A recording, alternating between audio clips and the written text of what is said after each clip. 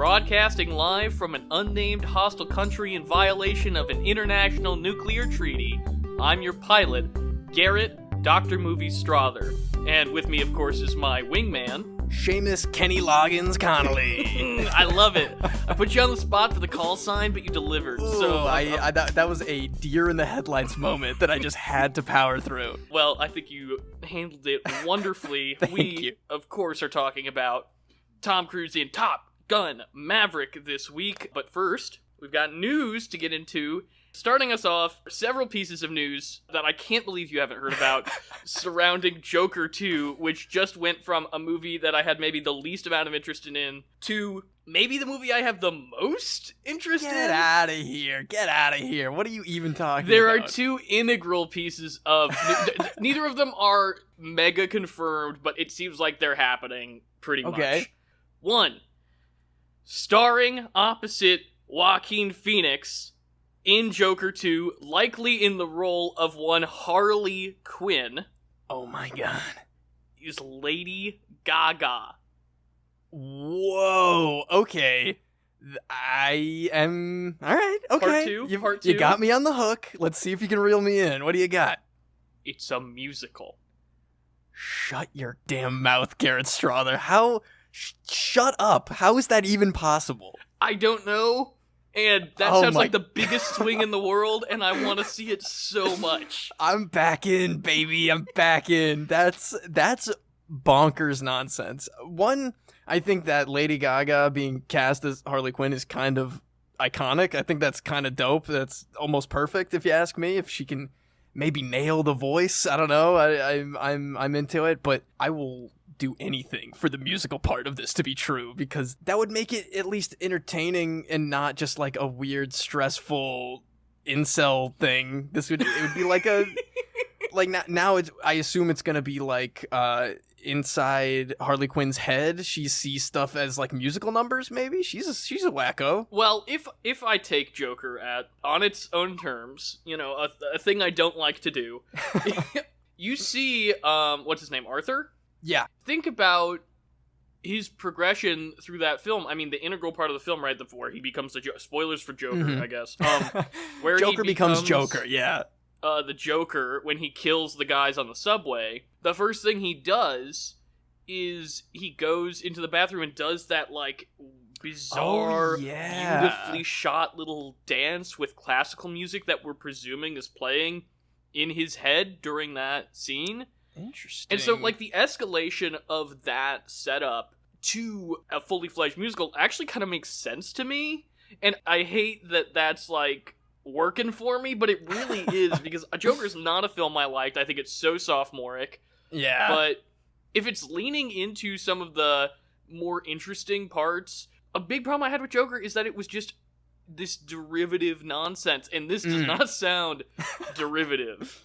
Like you said, it's a huge swing, and if it connects, it's gonna, I don't know, maybe change the landscape of what DC's doing. They're gonna do like more interesting stuff like that, which would maybe save almost every boring ass franchise that they're going for in the DC universe right now. Next movie, Batman, Robert Pattinson, he's in a Nirvana cover band. That's pretty good. That's pretty funny. I could 100% see Pattinson, Bruce Wayne doing like a weird musician thing. But I was also gonna say, imagine Joker 2 opening with like the Arkham Block Tango style Chicago musical number. Imagining cutting between like super spectacular Broadway style numbers to like really, really bleak 70s Gotham again, I think would actually work for me really well. I'm so into that, yeah. Right? Well, I hate you for making me excited for this, but I guess thank you. All I knew is that it was happening, and then I was like, get out of here, I'm out. And then I just never read more into it. Well, speaking of, this is a transition you won't understand.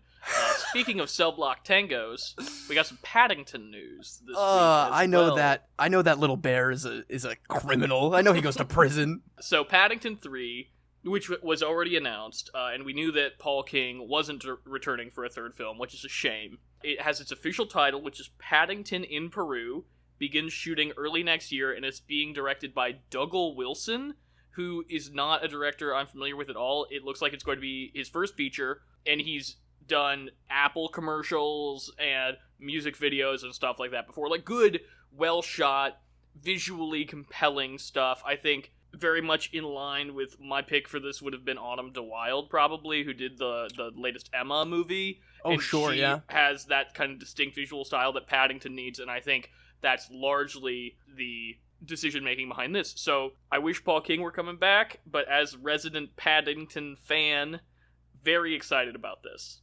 Yeah, I'm glad we got the seal of approval on this one, because you are like the genuine archivist of the only stuff I know about Paddington. And with a title, do we have any idea of a release date coming with that? Because I would love to do a little double feature to get caught up with you. If it starts shooting early 2023, I would think at the earliest we'd be getting an actual release early 2024.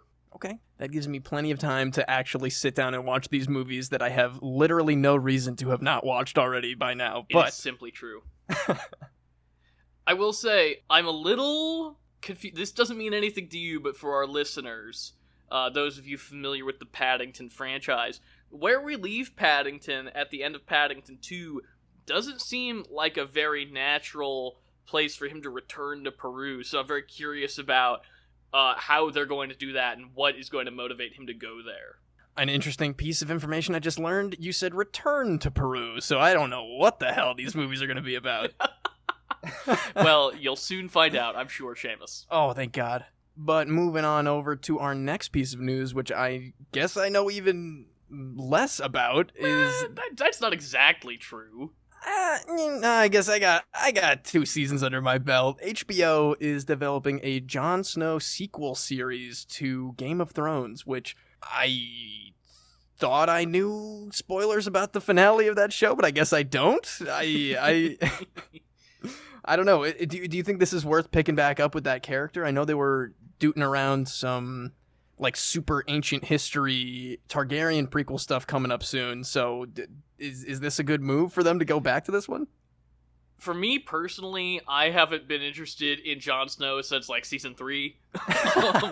Oh, great. But I mean, anything could work, right? I think there are, and again, for your sake, I won't spoil any characters that I would be interested in seeing return to this, or speculate about what Jon Snow would be doing in this series. But I am interested in the idea of continuing the story of Game of Thrones, which is a dumb thing to say when the continuation of the story of Game of Thrones should have just been doing 3 more seasons and not rushing the last season because you want to get to your Star Wars trilogy so bad. Doesn't sound like Benioff and Weiss are coming back, which, as far as I'm concerned, is excellent news. Because yeah, that's what I hear. I mean, they did really good seasons. Like they did 6 really good seasons of Game of Thrones, and then just were too selfish and too short-sighted to actually properly finish the series off. And also the things that they've said since then, like, themes are for 8th grade book reports. They can absolutely just go far away from me with that nonsense. Because... Yeah, insane.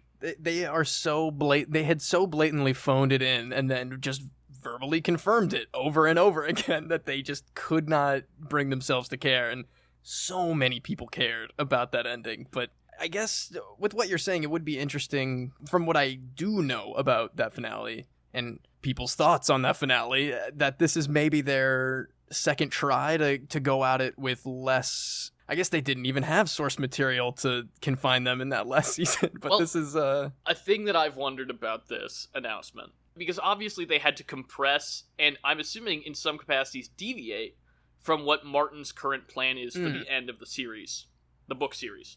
Is this them taking that and adapting that? That's what I want to know. Or is it like the writers are just going off crazy? I almost want it to be the second one, but at this point, they're probably just going to follow the Mandalorian formula and they just make enough spin-offs where everything is the same thing, and then everyone is forced to watch everything, and then HBO gets their money. Jon Snow finds a little White Walker baby. Yes, exactly. I was going to say dragon baby, but then, those just turn into big dragons, so... We already did that, kind of. Yeah, we already got that. We got that coming in the prequel, and we had it in the main series. All I know is that guy Kit, what's his name? Kit is just Harington. he's gonna keep being sad probably. I mean, I don't know if he gets happy by past the point that I'm at, but he's a sad lad. So yeah, I guess I'll watch this, but I'm not like super jazzed for it. I don't think there's much to say about it other than that, because there isn't a lot of information out right now, but I'm sure we'll keep updated as the cast list expands and as you maybe rewatch or catch back up on eventually Game of Thrones. I will have to do that. I'll just have to bite the bullet. I keep lying to myself and saying that I'll read those thick ass books, but I mean, I'll probably just watch the show eventually. We've got HBO. I mean, I know that at least most of it is good television. I mean, it almost takes it kind of takes the pressure off of the last couple seasons, or at least the finale, that I know what's coming. I can brace myself. Everybody came in to that finale with such high expectations, it just crumbled. So it might be to the benefit of my viewing experience. All right, should we move on though to our main segment in the Danger Zone? Let's do it. For today's main segment, we're going to be covering Top Gun Maverick, the new legacy sequel to the 1986 classic, Top Gun? I think classic has a period after that, Garrett, and Okay. I would thank you not to disrespect me ever again like that. Thank you. It's an interesting thing for me, because I genuinely do enjoy the first Top Gun. I wouldn't say it's a good movie. It's not a movie I would say I have a tremendous affinity for, probably. Especially, prior to this being announced / coming out. And I'll admit that in my steadfast defense of the original, I have seen it twice in my life, and the second time was a couple weeks ago before we saw this new one, and maybe it was because I didn't love it when I saw it as a kid, when I had my own little VHS copy of it, but rewatching it now, it just really did it for me for some reason, and I will also say that the new one, I think, makes the original better, if I'm being honest. Like any good sequel, it makes the original better, I would argue. And I think I had a similar trajectory where I didn't really like it the first time I saw it. I want to say probably in high school. Enjoyed it a lot more watching it this time. I think we've made our stances on it clear. I think this is the first legacy sequel that I can decidedly say is better than the original. None others come to my mind right off the bat, but I think I agree with you 100%. I'd watch Maverick over the original any day. And granted, I'm going to 100% buy whatever 4K 2-pack is going to come out just for posterity to have that original, but man, is this new one really good. I mean, I'd be very interested in doing a straight double feature, go right from 1 into 2, because That would be a lot of fun.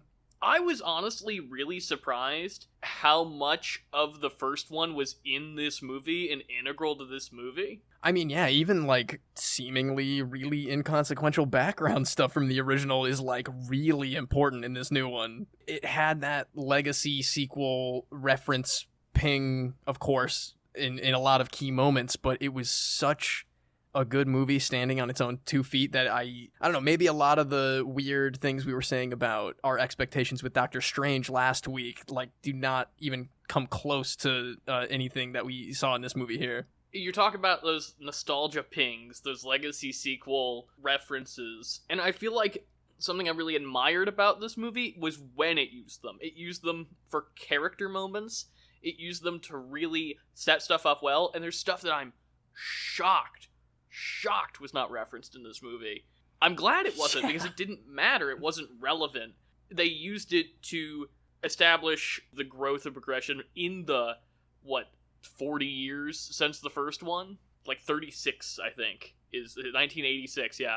Boy, Tom Cruise looks good, huh?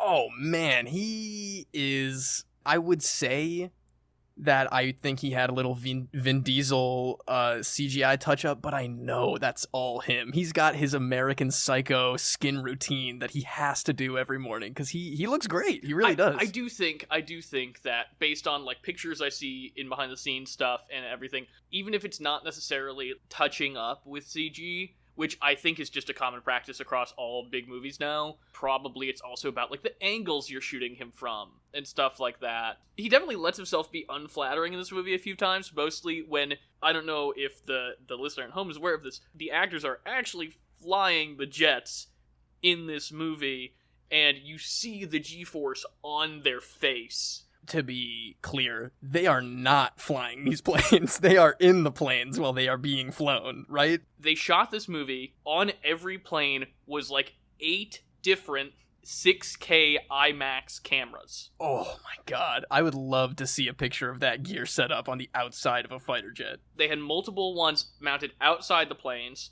plus 2 mounted inside the plane looking at the pilot, plus 4 mounted inside the plane looking out the cockpit, giving them the like panorama view, essentially. Right. That's insane. I want to watch this movie again, definitely with that, in my mind. I almost regret that we didn't see it in 4DX was an option in some places, and I think we would have died in that theater if we'd gotten any more intense than a regular IMAX. I really wanted to see this movie in Dolby. Unfortunately, Jurassic World has usurped it. Fingers crossed, because this movie just, I think today, actually, at time of recording, crossed the $800 million mark, making it Tom Cruise's most profitable movie worldwide ever. That's insane. But it's a great movie. I guess that's a good attaboy right there. It is the movie of the summer for sure, because also I believe it's a movie that has made over $100 million that has the least second week drop ever. Really? Man, that is insanely impressive. I gotta say, that's,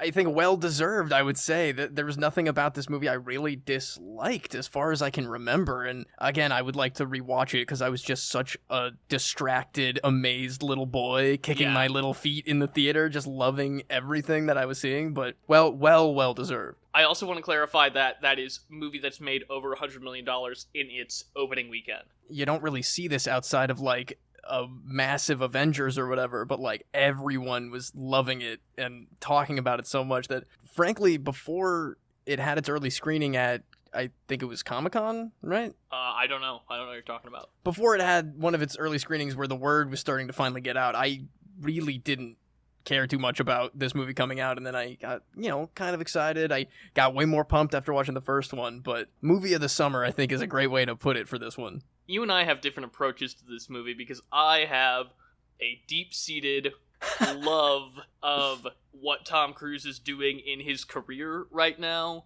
and has been doing for the last decade. I am a Mission Impossible mega fan. Edge of Tomorrow is a film I love very much.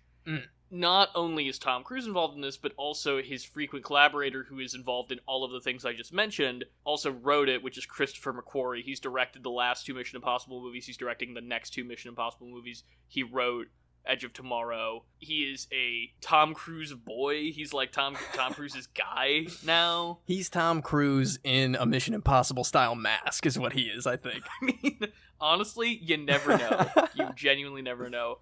They made that great. You remember a few years ago, there was that, "Hi, I'm Tom Cruise, and I'm Christopher McQuarrie, and we're on the set of Top Gun Maverick telling you to turn motion smoothing off on your televisions." Oh, yeah. It sounds like it came out a million years ago.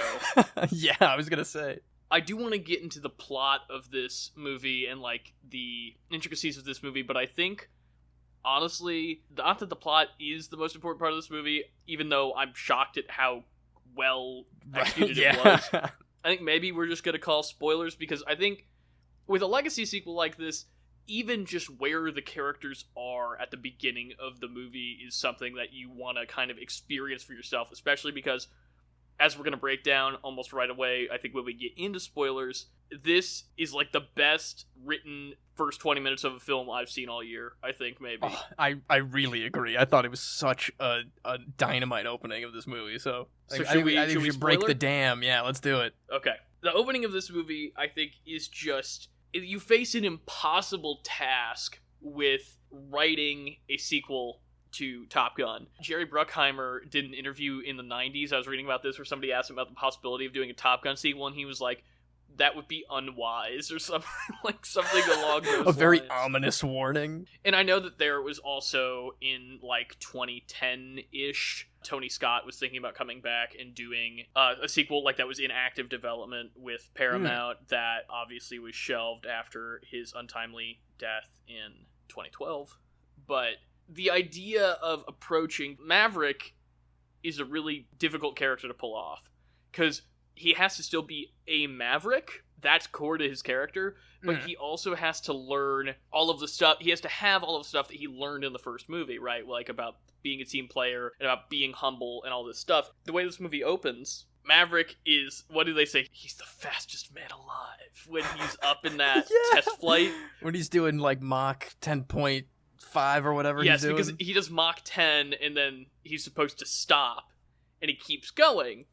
And that's the, like, so there's multiple parts of this that are the Maverick element, right, to this opening, because General Ed Harris is going to show up at this airbase, and he's going to ground their project because they haven't made the progress that they need to make to get up to Mach 10, right? So Maverick has to get up in that plane, and he has to go Mach 10, or else they're shutting it down. He does it, and he goes ahead, and he's bucking the rules and bucking authority, because that's who he is.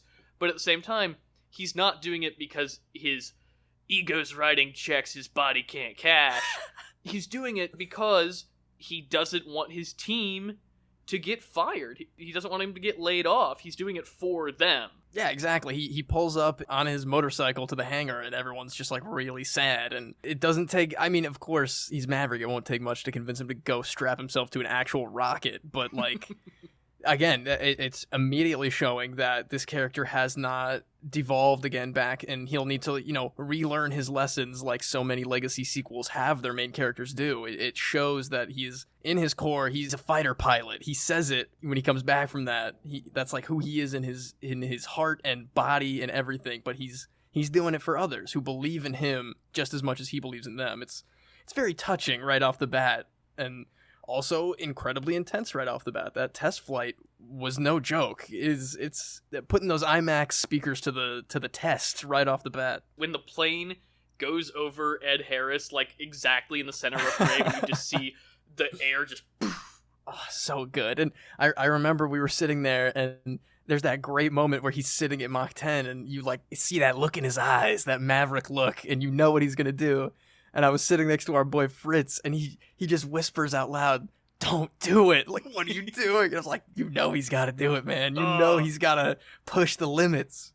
Because he wrecks that plane, Seamus. He wrecks it because he can't help himself. Should have burned up. He should have blown into a bajillion Tom Cruise pieces in that explosion. He just gives it the old patented Tom Cruise tuck and roll when he hits the ground at 1,000 miles an hour, and he walks in all dusty into a diner for a really good laugh and transition over. Let's talk director, Joseph Kosinski. Actually, he's not a stranger to legacy sequels. His directorial debut, of course, being, do you know?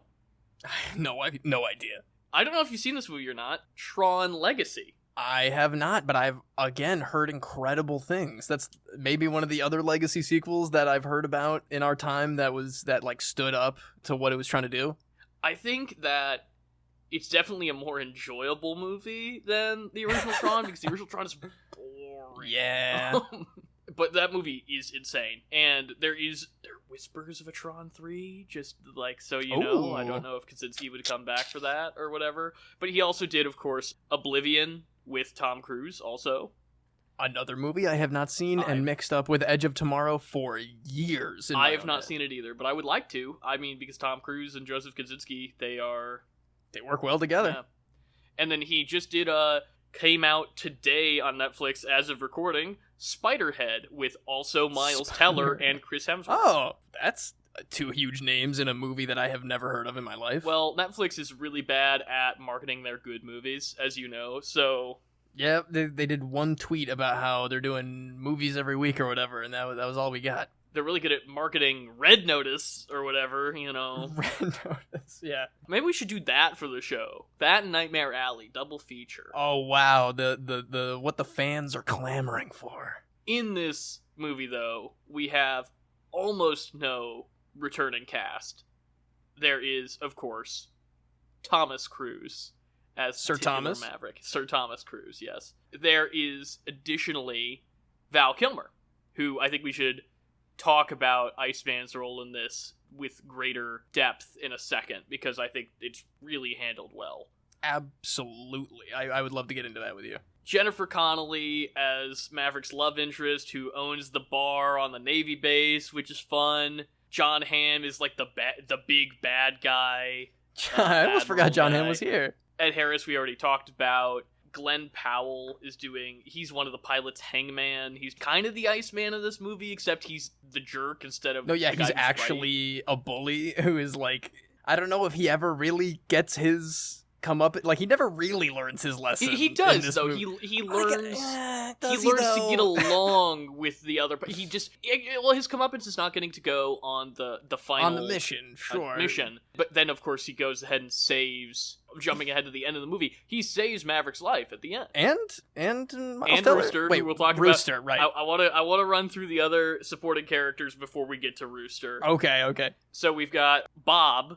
Yeah. Who I mean, he was my personal favorite. He was great. The pilots. Honestly, I wish there was more Bob in this movie. There's probably a lot of cut Bob content. Yes, I absolutely wish that there was more Bob in this movie, but he's great in what he's in. I think he's he's the nerdy, meek one of the group, but he's a really good, what is he? He's like the co-pilot on one of the other jets.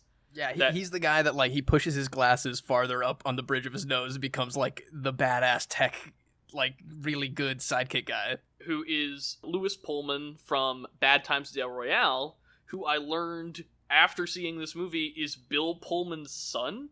What? No kidding. So that's a fun little piece of whatever. Last supporting character before we get back to Rooster is Phoenix, who's there's a lady pilot in this one. Yeah, she's great. She's really. I don't mean to say that condescendingly or glibly. I just mean it because they're like in the first Top Gun, there are no female pilots. It's all these young 20-something dudes, and she's standing right up there. They make it clear she's up there as one of the best pilots, if not the best pilot in the group.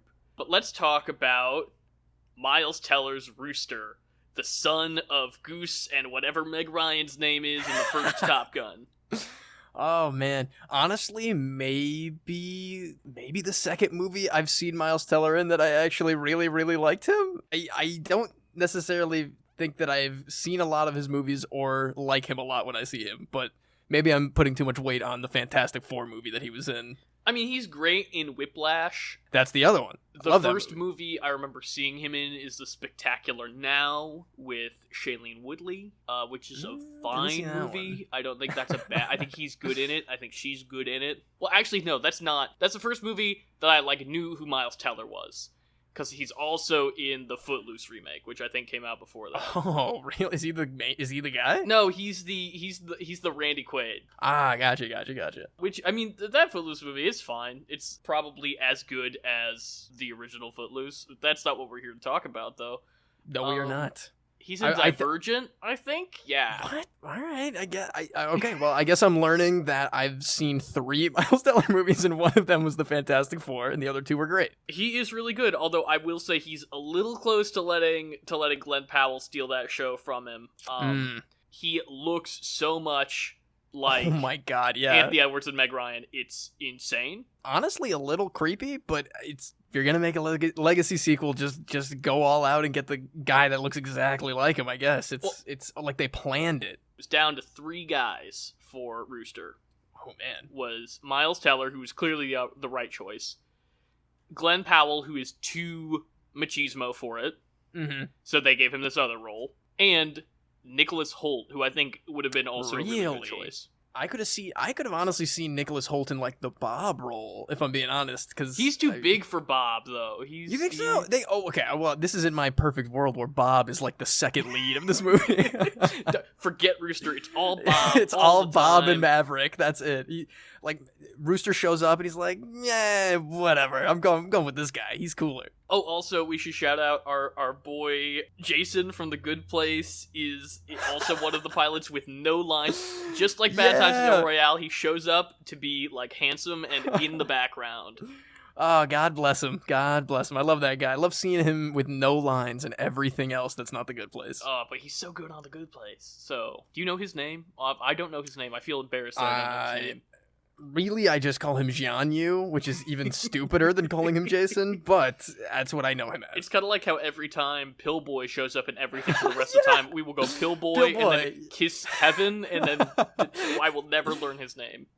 Yeah, they're both great. I think they should be in Top Gun 3, Top Gun Maverick 2. they have to make a Top Gun 3 now, right? I think after the success and acclaim of this movie. I would love it if they didn't. I would like them to stop. I was gonna say they should ahead. just they're pitching they're pitching a pretty good game with the with both of them with these two. So I would like them to just shelf it where it is and let it be. But if they don't do it now in the next couple of years, they're gonna do it in another 20. So I guess we might as well do it while Miles Teller is still on the board. In 20 years, Tom Cruise has to be retired, right? No, what? What are you talking about? I genuinely think he's going to be the oldest working actor in Hollywood until he dies on a set. And I know I joke about that, but he's going to I think I agree with you 100%. He's going to die doing some insane stunt. I don't know if 8's going to be the end of the Missions Impossible, rather.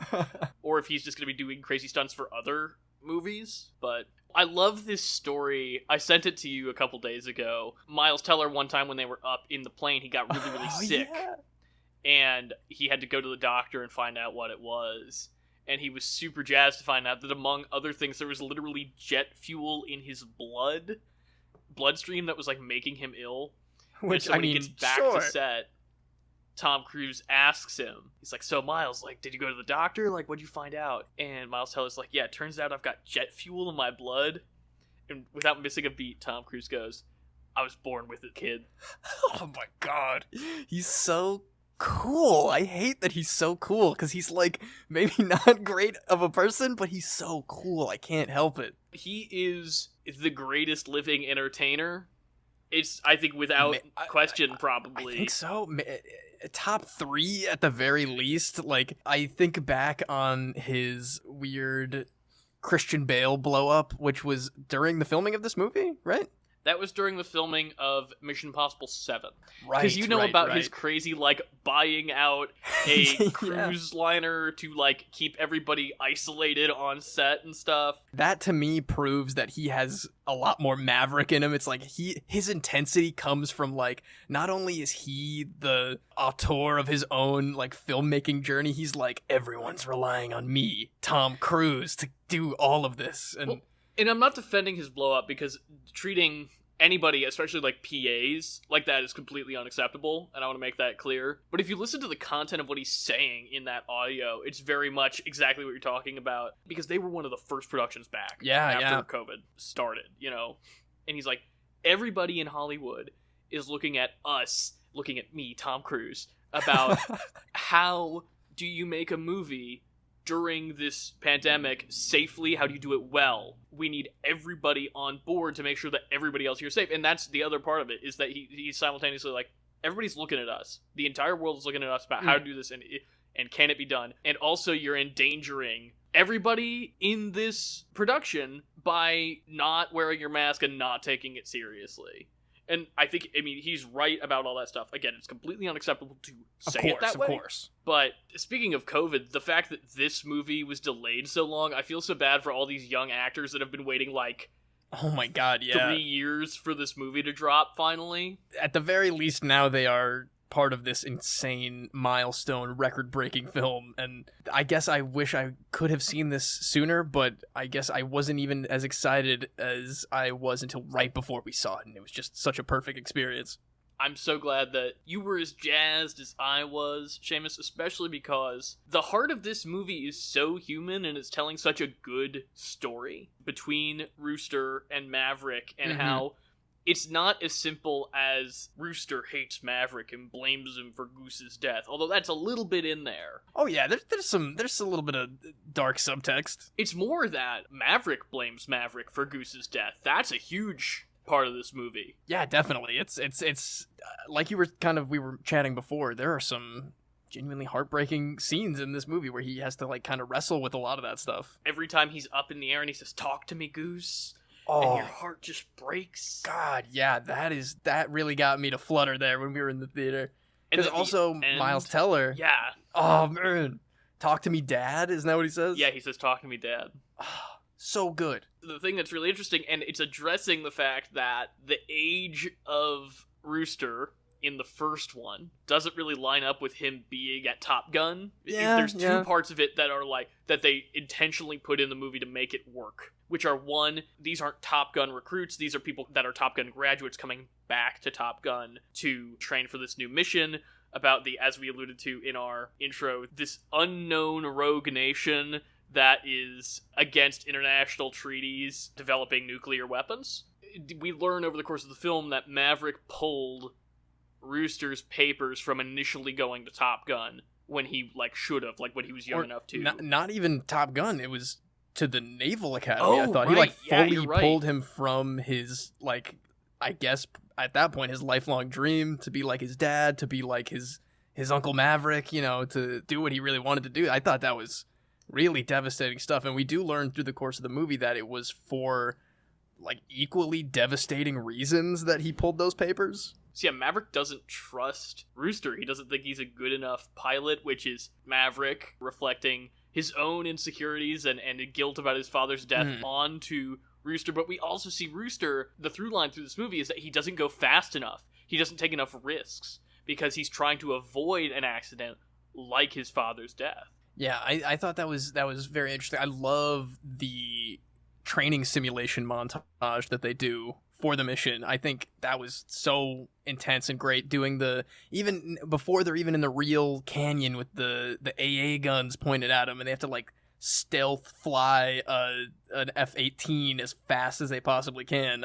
It was just very well done, and maybe that again is a lot of the performances of those actors in the planes, just screaming and groaning because they're actually getting their organs whipped around. But it was great, and his evolution of taking it slower and being safer, and then matching that with Maverick going, look at how fast I can do this and how recklessly and perfectly I can do this to prove to you that you're being too safe and slow is very funny to me. A thing I think a lot about this movie, there's training montages, there's a straw man kind of vaguely bad guy. Actually, there's two of them because it's both John Hamm and Glenn Powell kind of play that role. Yeah. There is a unattainable, gorgeous, perfect love interest who's barely fleshed out. Oh, did we even mention that she is the Admiral's daughter, right? From the first movie. They mention her once. I think they mention her twice in the original, just as a joke to make it oh, look at you, Tom Cruise, you womanizer or whatever. You're breaking girls' hearts, and it's. I mean, genuinely, from that seed to what we got with Jennifer Connelly, well, she could have been a little more fleshed out. I thought it was incredibly impressive that they could pull off something like that without it making me, groan at the reference stuff. I thought they kind of pulled that off well. That's the closest thing I would say that they really get to being see? For the first one, you get it? Yeah, exactly. But I think, like you said, it still gives her some gravitas. It gives them a history. Right, that's the thing that it really does, is it makes us believe that they've known each other a really long time, because Kelly McGillis, not in this movie, was not asked to come back for this movie. She did a really great interview. Mention her. Where she's yeah, they didn't ask me back because I'm old and fat and I don't want to be in it anyway. And I think good for Kelly McGillis, she gets that pass. It doesn't matter. I'm sure she got her royalty check from this movie because they do show her in some flashbacks, some stock footage. Oh yeah, good for her for getting her paycheck and not having to come in and do any work, and for knowing exactly what is up. I think Jennifer Connelly, doing what she can with what she's given, is doing a good job. It's hard to find an age-appropriate love interest for Tom Cruise who looks as good as Tom Cruise. Yeah, they pull it off well, I'd say.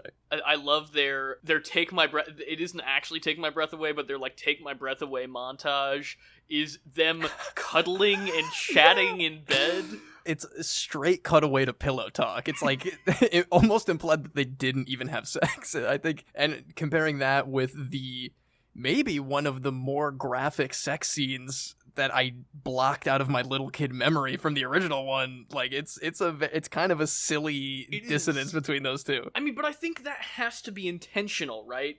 When I'm looking at the direct parallels that this movie goes through so much work to show you, because it's not doing a retread of the first movie, it's using the similarities of the first movie and this one to show you the differences in the people, right? Because you see Maverick inverts and flips the bird just like he and Goose do in the first one, except this time, instead of just being cocky and rude, he's the instructor. He's the one that's showing these kids that he knows how it's done. He can do it, I really like that. The opening of this movie is beat for beat, shot for shot, with the Top Gun anthem into Danger Zone music transition, exactly the opening of the first one. All right, I was going to actually ask that confirmed shot for shot, because I remember watching that and be like, wow, they did a great job making this feel like the original one, but I'm pretty sure it was, I right? don't know. I mean, I haven't studied the film, but it feels like shot for shot a remake of the original, and that's the intention. It's putting you back in that world, in that mindset. They do a lot of, like, Maverick, you're a relic of the past thing, like they'd like to do in legacy sequels, except it works in this one. The intentionality behind the way that they do these callbacks is so effective. I mean, when Rooster does the piano Great Balls of Fire in the bar... Oh, yeah. That's a gut punch.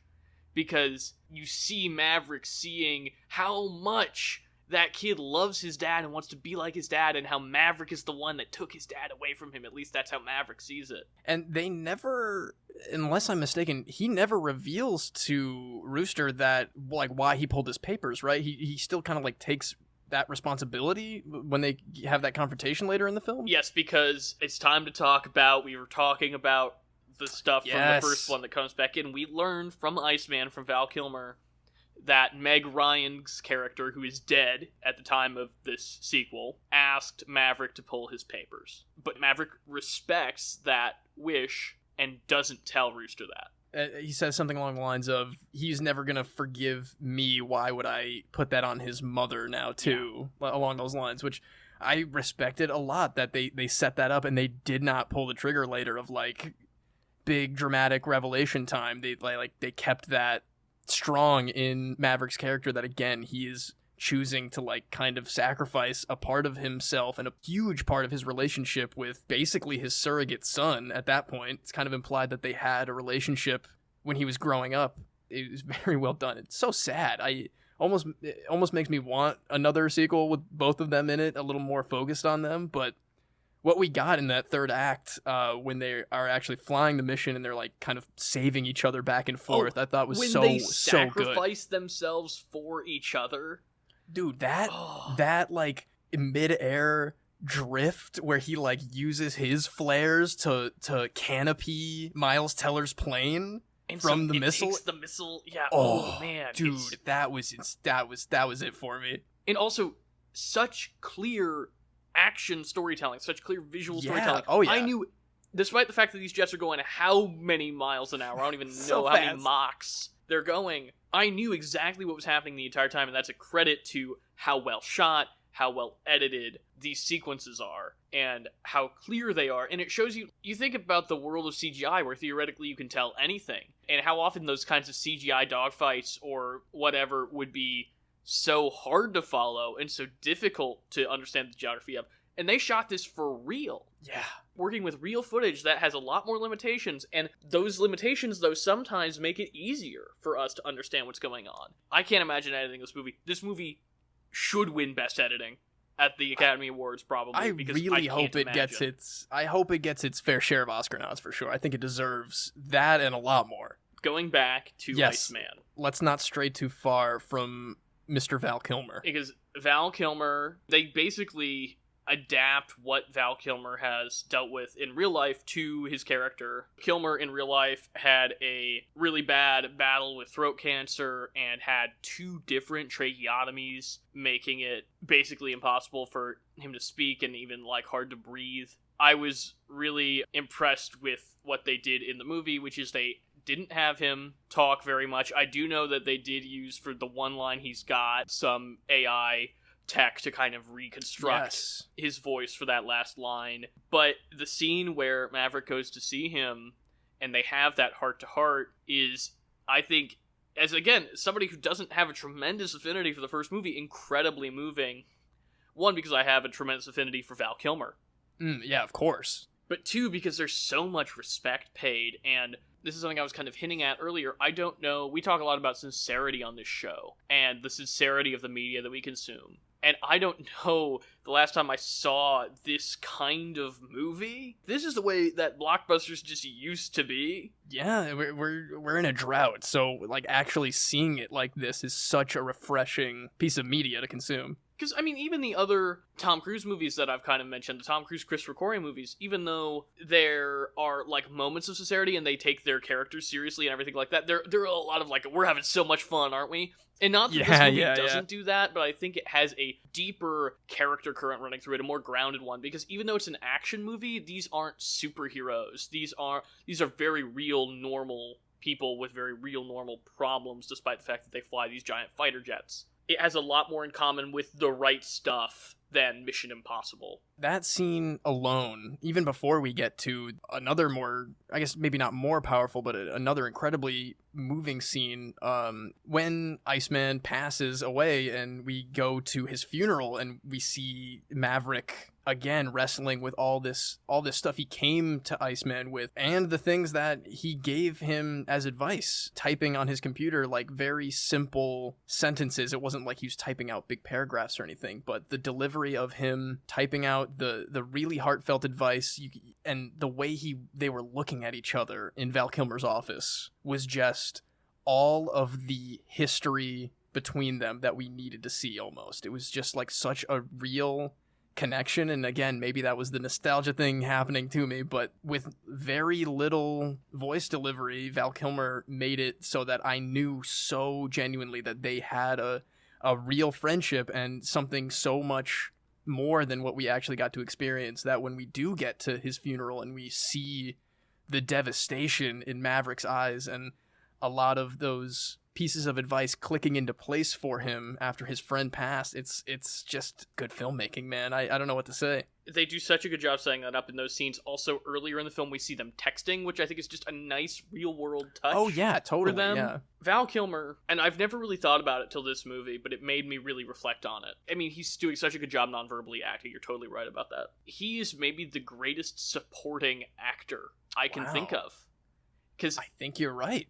He is a guy that whenever he shows up in a movie, that supporting role, he's a great lead. Top Secret, come on, that's great. Oh my God, forget about it. Batman is underrated, frankly. I think he's great in Batman Forever. That movie's not great, but he's great. You think about the two Tombstone? ones. Tombstone and Kiss Kiss Bang Bang are the two I think about when I think about Val Kilmer. And like, he is not the main character either of those movies, but he's the character I think about when I think about those movies. He's like the poster boy for those movies, having just been so good in his more limited role. It's almost unfair to the other people in those movies, but he's just so damn good. It's exactly what would happen anyway. I've got the Tombstone Blu-ray. I'm looking at it right now. He's on the spine. It's not Kurt Russell. Which, I mean, again, love them all in that movie. Bill Paxton, all them together, just unstoppable. But for whatever reason, the cup flipping scene, him being reintroduced to Johnny Ringo in the bar, it came up on my Reddit feed the other day, and I just like stopped everything that I was doing, put on my nice headphones, and watched like 5 minutes of this movie, and it just sent shivers down my spine.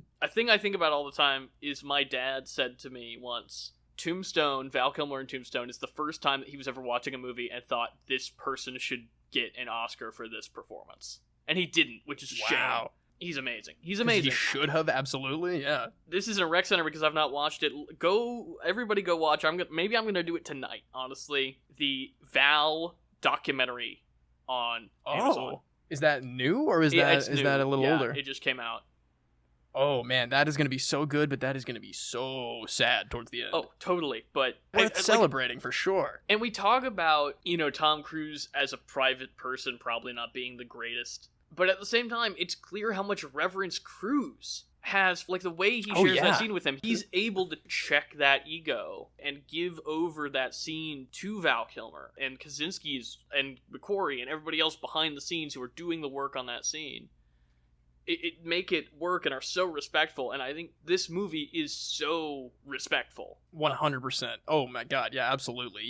Even before we got like on screen Val Kilmer, when I was watching this movie, and I thought it was just going to be more like maybe flashback Val Kilmer, or it was going to be mostly, if not only, the on-screen texting they were doing. I was like, this is an interesting way to do this. It's showing that reverence, and then we get to the actual scene with him, and it's just like nothing but the utmost respect for him and his character and his legacy and his character's legacy, because he also kind of steals the show in the original Top Gun. Like, doesn't he have the quote, "You can be my wingman anytime"? Isn't that him? Oh yeah, that's the Top Gun quote. That's the line. Yeah. It's You've got a shirt that says that. I yeah, think. exactly. I wore it to the movies because of what you were saying. You know, the respect of Tom Cruise, Christopher McQuarrie, all the people behind this new evolution of Iceman, and how much of real Val Kilmer they put into this character. I think that it probably wasn't too hard for them to realize this scene in terms of the amount of respect they wanted to pay to him, because again, it's just like on the screen. You can see it in their face of Tom Cruise, you can hear it in the writing, you can feel it all the way through the rest of the movie when they take Iceman away from Maverick. It's very well done, and I think it was mostly because it is Val Kilmer as a man is so respectable. Absolutely. I think you're totally hitting the nail on the head there. I think it's finally time we get into the final mission, the climax of Top Gun Maverick. Honestly, now that I'm really thinking about it, I think beat for beat the Death Star trench run in A New Hope, right? There's a false alarm, they have to pull away, they're flying down in the trench, in the canyon. John Hamm was like, "Fine, you can go, Maverick. You've worn me down and you've shown me that you're the best pilot on the planet. You can go and do the mission with everybody else." And he's like, "Yes." Which, and he runs off. That's a great character moment at the beginning. That's paying off, is that Maverick thinks he's going. And they're like, "No, you dummy, you're too old." Yeah, our bully boy gets grounded. He doesn't get to go. Tom Cruise finally relents with Miles Teller, and he agrees that he's ready to be a part of this mission, which, yeah, it was going to happen. The plane stuff, mostly, is only the first half of that climax, because Maverick, as we talked about earlier, sacrifices himself for Rooster and gets shot down in enemy territory. And Rooster goes back for him. And also gets shot down in enemy territory, and there's a funny little moment where he just shoves Miles Teller into the snow because he's angry, but that's kind of their final connection moment of like, not only is Miles Teller Rooster ready for this has been almost his goal. He wants to like achieve the greatness that him and his dad achieved in the first one in a way. Yeah, not only is Miles Teller up to the task, but Maverick is actually mature enough to let Rooster make his own choices. Yes. He's not pulling the papers. He's not keeping him grounded. He's like, "Okay, I respect you enough to let you be the Maverick that I am." There it is. And one of my favorite parts of the very tail end here, Chekhov's F-14 is sitting in the enemy hangar, and they fuel her up. They just like kind of briskly Tom Cruise walk across an enemy airfield to steal an F-14, and it's awesome. That's like Rey getting in Luke's X-Wing, you know? That's that's the old ship. It's a great third act. That ending is well worth the price of admission. Oh, hell yeah. Seeing Maverick come back around after the missile miss, and he just like totally eyeballs it using the Force again, bringing it back to the Death Star trench run. It's so exciting to see that kind of intense action in the way that they did. I was fully on board. And then our bully boy Hangman comes back, and me personally doesn't necessarily make up for the fact that he brought up Rooster's dead father in the middle of everybody, and like that was a huge jerk move for me. I don't know if what he necessarily did makes up for it, but he shows that he's willing to be a team player, and it's good. I have to correct you, Seamus. You say Tom Cruise uses the Force. I will not stand for Bob erasure in this podcast. Oh, it is my Bob God. that uses the Force without the targeting computer to make the shot. I am a fool. You named me Bob in this recording lobby. How could I forget? I think we could go on and on and on and on. Wait, I think we really could, and we will talk at nauseum about this again when we rewatch it together with your big old soundbar. But I think overall, I loved this movie. It was a really weird feeling to me because I'm not necessarily used to this caliber of blockbuster like completely satisfying me as a movie viewer, but I find it very hard to come up with things that I disliked about this, and I want to watch it again. I agree on all accounts. I think it's one of the best blockbusters of the last 10 years. I've seen a lot of movies in IMAX. I don't know the last time I saw a movie use IMAX this well. Seamus, I would take the train down to the Loop in Chicago to catch the Dolby at AMC to watch it, because there's not a Dolby in the state of Wisconsin. Well, if you catch wind of something like that, let me know, and I'll be your wingman anytime. Hey, there he is. All right, should we reference? Let's do it. For this week's pop culture reference, we're going to be doing stuff a little differently than usual. Apparently, Garrett Strother, the maniac that he is and the Tom Cruise expert that he is, has the tale of how Tom Cruise first actually got cast and agreed to be in the original Top Gun. A story which I had never heard of. I thought it was just normal business as usual, but I think there's a tale here. So Garrett's gonna let us all know, and you'll probably just hear me laugh in the background the entire time. We're gonna definitely converse at the end. Of course, I'm gonna have thoughts, I imagine. Oh, you are. In the 1980s, prolific producer Jerry Bruckheimer was searching for a young actor to play the role of Maverick in the upcoming film Top Gun. At some point, Matthew Modine turned down the role for political reasons, though some reports indicate that Bruckheimer was set on risky business star Tom Cruise from the onset. Cruise, however, turned down the project multiple times, so the studio looked at the likes of Patrick Swayze, Emilio Estevez, Nicolas Cage, John Cusack, Matthew Broderick, Sean Penn, Michael J. Fox, Scott Baio, John Travolta, and Tom Hanks. But Bruckheimer was set on Cruise. Bruckheimer called Cruise and asked him to at least take a ride in a real F-14 fighter jet before definitively turning down the role. Cruise agreed and went up with Blue Angels pilot Lieutenant Commander Lloyd Bozo Abel, who actually performed the buzzing the tower stunt in the first movie. In Bruckheimer's own words, quote, "So they take Tom up there. They do 5Gs. They do barrel rolls. They do everything. He's heaving in the plane. He gets on the tarmac, runs to a payphone, and he said, 'I'm in. I'm doing the movie. I love it. This is great.'" Cruise went up twice more before photography began. In addition to extensive time spent in fighter jets, the role of Maverick also required Cruise to ride what was, at the time, the fastest commercial motorcycle in the world, the Kawasaki Ninja 900. One problem, though. Tom Cruise didn't know how to ride a motorcycle.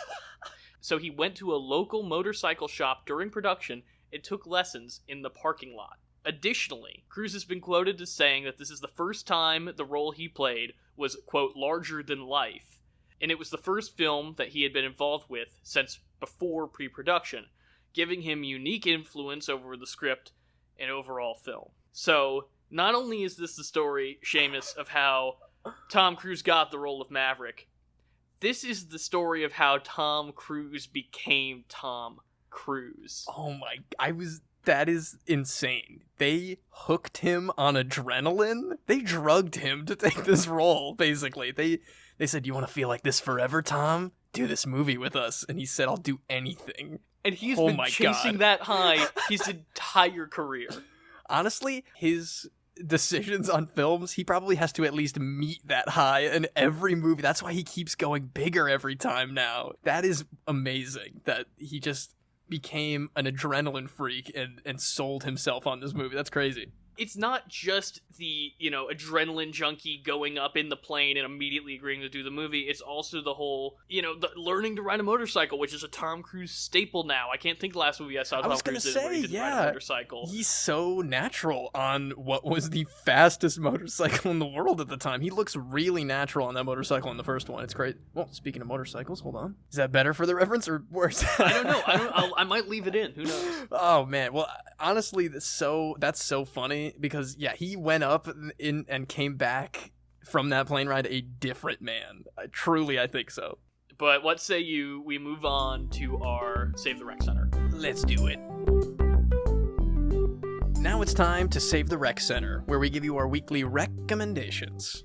Let me ask you a question, Garrett. Are you a fan of first-person puzzle video games set in maybe less than humane scientific laboratories where a female robot voice is mean to you? I know this isn't Portal, so I want you to tell me what it is so I can go download it right now. Buddy boy, I have the game for you right now. I finally pulled the trigger on Superliminal.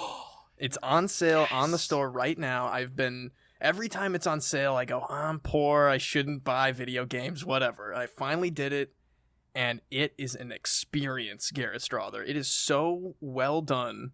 It is like, I wasn't expecting like heartfelt, genuinely moving themes to be accompanied in this really fun, wacky perspective puzzle game, but it's moving. The music is incredible, just like the best jazz piano all day. True to its name, it's the most liminal thing. And I mean, even the original Portal and Portal 2 are some of the more liminal mainstream properties that anybody would actually know, but this is just like peak liminal. Just creepy, odd, oddly calming at the same time. You're like uncomfortable. You have a feeling that there's somebody watching you, but it's like you're literally the only player or character in the entire game, so it's impossible. But just the atmosphere and gameplay is untouchable compared to, I mean, maybe since actual Portal 2 have I not played a puzzle game that I have loved so much. So grab it while it's $10. Even at full price, it's like $20. I think it is well worth anything that you pay for it. I'm gonna go back and play it 1,000 more times because it's also the deepest in terms of level design puzzle game, with so many hidden secrets, areas that are out of the way, places that you can glitch yourself into that are somehow technically as a part of the game as anything else. It's truly great entertainment, and I think you should go play it. Well, I've wanted to play that since I first heard about it, and I will say, and this isn't a rec center exactly, but I just upgraded to the next highest PS Plus tier, the one that's basically Game Pass. Or I guess the top tier is basically Game Pass, but the one that's got all the billion PS4 and PS5 games. Yeah, oh man, the list is huge. So I think I'm set for a while, but Superliminal yes. is definitely something that I think next time it goes on sale, I'm definitely going to hop on it, because I really want to play it, and I love that Portal, Stanley Parable kind of umbrella. Portal, I'm also happy you brought up Stanley Parable, because the entire time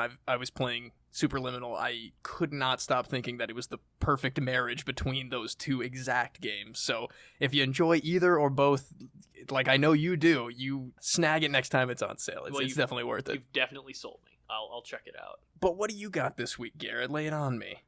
Well, I'm gonna sound like this is the most basic rec center I think I've ever done. If you're somebody who, like me, had kind of fallen off a little bit, enjoyed the last couple seasons, but maybe not been super convinced, especially with all of the Netflix stuff going on, that it was worth checking out, let me tell you that at least the first half of Stranger Things Season 4 that has been released on Netflix at time of recording is the best the show has been since Season 1. Some of those episodes are the best television I've seen this year, I think, and I'm a person who does consume a decent chunk of media. I would say so. They've finally figured out what to do with a lot of their characters that they've spun their wheels on for a while. They still don't know what to do with Mike, but when will they ever figure out what to do with Mike? Who cares about Mike, exactly. dude? And that's what they figured out. That's the code they cracked. Oh, hell yeah. Who cares about Mike?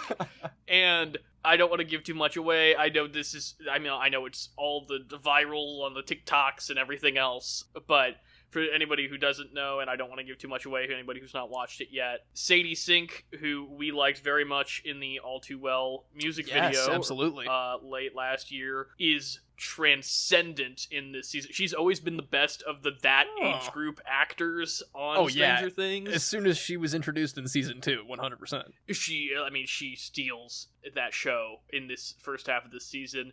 Genuinely well executed plot twists. Part 2 of Season 4 drops July 1st. I will definitely be watching at release, which I didn't for this one. So I'm excited to see where this story goes, and I think they're ending at Season 5, although honestly, with the kinds of questions and character arcs that they're tackling so far in this season, I don't understand how this isn't the finale. You're not the first person to talk with me about the new season, but you're the first person to say anything other than, are you watching it? Are you going to watch it? It's always been like kind of a robotic, like, you've been watching this show for a decade, right? You're going to catch up? And I'm like, yeah, whatever, maybe. But you are the first person who has actually sold me on getting down into watching this first half of the 4th season. I was going to probably skip over this entire 4th season. I just don't necessarily feel that drive anymore. But if you're giving it the Doctor movies A-okay, then I think I got to go for it.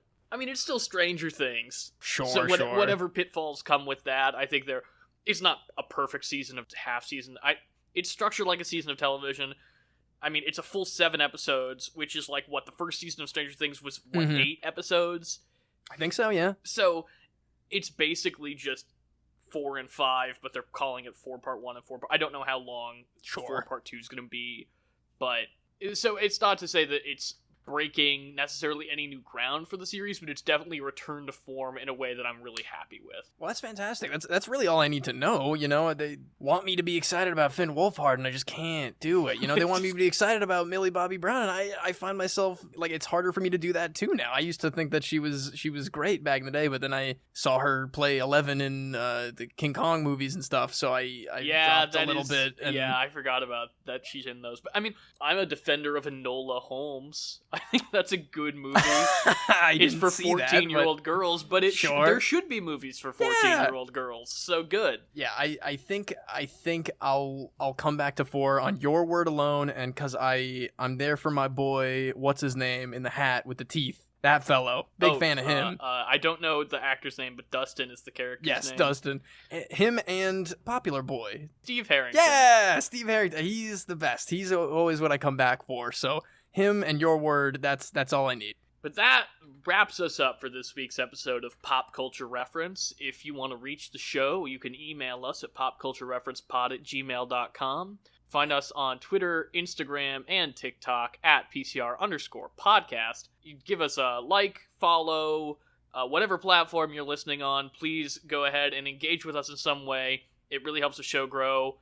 Next week, it's Kenobi time, baby. Hello there. Oh my god, I need to get caught up, sir. My goodness. I am several weeks behind as well, so don't worry. I think you and me both are going to have ourselves a little Star Wars binge, but as I said last week, I've been enjoying it so far, so that's not the chore that something like Book of Boba Fett was. This episode probably did come out a little late because it's Father's Day weekend, and you and I are going to go see 2001 on 70mm on Monday, so... Yes, we're skipping the elusive 70mm screening of Nightmare Alley to go see 2001 A Space Odyssey, which is a toss-up, but yeah, I'll give it to him. But until then, we'll see you next week. Adios, amigos. Highway to the